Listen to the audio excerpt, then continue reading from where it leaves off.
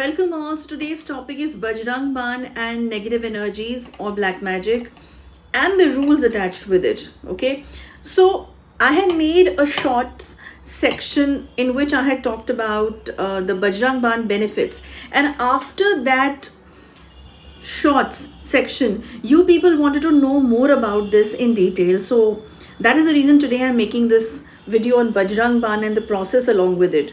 Okay, please take this video extremely seriously because this is something which many of you wanted to know about this, and this is something that cannot be taken lightly. Okay, let's get started. First of all, like I always say, Lord Hanumanji is supposed to be one of my favorite lords, and I have my childhood memories of prayers and all with Lord Hanumanji. So he's one of my favorite gods. I always start by actually feeling it in a very emotional manner when it comes to Lord Hanumanji, because he is supposed to be very powerful yet very humble when it comes to his powers as well. Okay, so anyways, carrying forward this concept of Bajrang Baan, Hanuman Chalisa is supposed to be an enchanting or a narration in which everything gets included when it comes to protection, when it comes to removing negative energies in a massive way. Okay, but then when you actually recite it on everyday basis in your houses or going to the temple, of course it protects you to a lot of extent, but there are other ways to narrate Hanuman Chalisa with different yagnas and different mantra attached with it as well. Okay, but that is something that the normal people are not aware of. That is for the sadhaks. Now, why I'm talking about Hanuman Chalisa before Bajrang Baan is because I'm just letting you know the comparison between Hanuman Chalisa and Bajrang Baan, which is very important for you guys to understand. Okay, that when Hanuman Chalisa is so powerful, now I am talking about Bajrang Baan here. By the name it says that it is an arrow, it is a barn, of the Bajrang of Hanumanji. So it is supposed to be a very powerful weapon. It is a weapon of Lord Hanumanji. Remember this. Now, there are some rules attached with it. Some people ask me that, Guru Didi, why can't we just narrate Hanuman Ji's Bajrang Baan on everyday basis? I do not recommend you guys to narrate or enchant Bajrang Baan on everyday basis. Why? Because it's a very powerful weapon.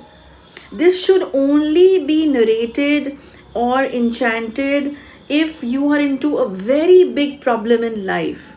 For example, if you're not getting a healer, you're not getting the protection, your enemies are attacking you, or if there is something really rigorous that is being done in the tantra aspect, the bad tantra aspect, the evil processes, against you, the negative energy processes, and you are just not able to understand that what needs to be done, yet you need to protect yourself on a very urgent basis.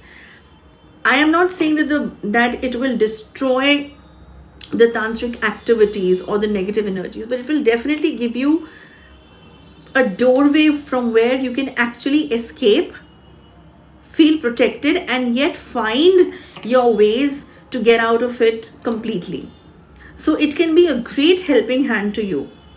Because here in Bajrang Baan, Lord Hanumanji is supposed to be giving the promise of Lord Rama to Lord Rama that yes, he will be, you are basically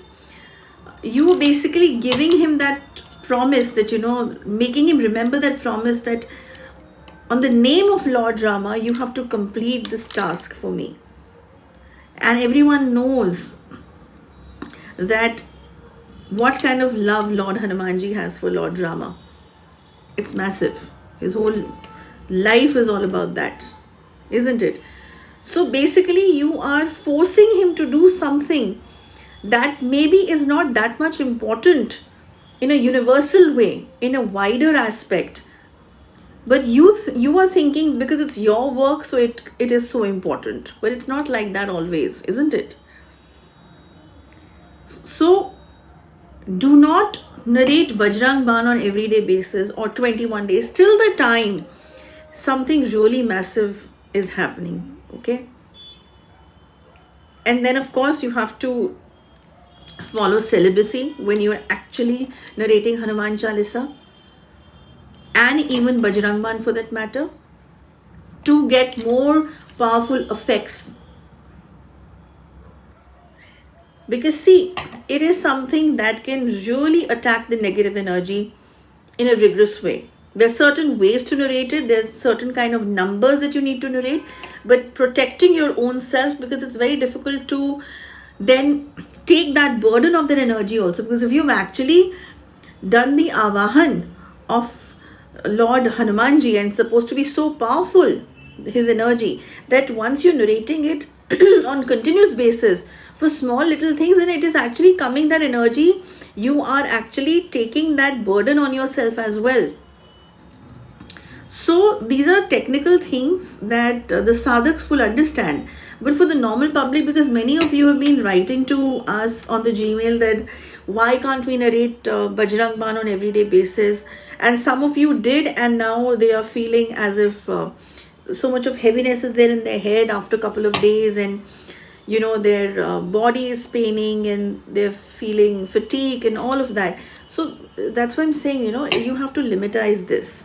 You have to limitize this. On Tuesdays or on Saturdays you can, once a while, Bajrang Baan I'm talking about. Otherwise, till the time something really drastic is happening, do not narrate. Hanuman Chalisa is more than enough for you. Do 7 times, do 11 times, do 108 times consecutively, and you will see the difference. But Bajrang Baan is supposed to be a very powerful weapon, in fact a tantric weapon of Lord Hanumanji, and he's in a very aggressive form in Bajrang Baan. Remember this, you are inviting an aggressive energy of Lord Hanumanji when you're narrating Bajrang Baan. It's a tantric prayog. Okay, do simple pujas. Do not invoke that aggressive energy unnecessarily when it is not needed that much. Okay, Hanuman Chalisa is more than enough for the normal people to narrate and get benefits out of it otherwise also. Okay, so that is about it. Some rules and some of the precautions and some of the things that you should really respect about Bajrang Baan, and all the things that I tell you here on this channel is something that you really need to follow them, and you will see the benefits. Because see, more than anything good happening, I always believe in one thing, that something wrong should not happen. Some mishappening should not happen. Rather than just thinking, oh my God, so much of bonus you're going to get, so much big things you're going to get. No. My focus is, if that has to happen, it will happen. It's great. But the first focus level has to be like this, that nothing wrong should happen. Okay. So just follow this tip of mine and remember this, what I just told you about Bajrang Baan. It can be very positive, but at the same time, it is an aggressive form. Sometimes you are not able to take that burden of that aggressive form by yourself also. Okay. So that's about it. Next week, I'll come up with another topic. Till then, goodbye and Jai Mahakali.